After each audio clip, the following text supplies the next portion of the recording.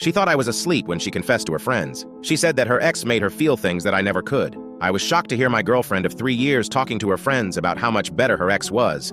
She was on a group video call with them and had drunk too much. She was sitting at her desk with her laptop not far from our bed where I was lying. She thought I was asleep, but I wasn't. We had been intimate before, and I thought she enjoyed it. After it ended, I fell asleep. I woke up 3 hours later, and she was laughing, sounding very drunk. I tried to ignore her and go back to sleep, but then I heard her and her friends talking about their love lives. She said that being with me was fine, and sometimes she just pretended to enjoy it and let me have my fun. It hurt me then. They started talking about their best experiences, and she said that her ex made her feel things she had never felt before. She said she lost control of her body when he touched her. Apparently, he was bigger than me and completely filled her. She said she missed feeling that way and that he was the best she had ever had. I felt like crying. I stayed silent for another hour, trying not to let her hear me. Finally, she ended the call and came back to bed. She realized I was awake and asked what was wrong. I lied and said I had just woken up. When she moved towards the bed, she said she loved me and would see me in the morning. I couldn't sleep, eat, or do anything for the next 3 days. I didn't know what to do. I had been trying to be better for her since we met. In 3 years of practice, I still couldn't surpass his natural talent. I felt like I wasn't good enough for her. I felt selfish for staying with her when she obviously wanted someone else. Her ex cheated on her and left when he found out. She would have stayed with him.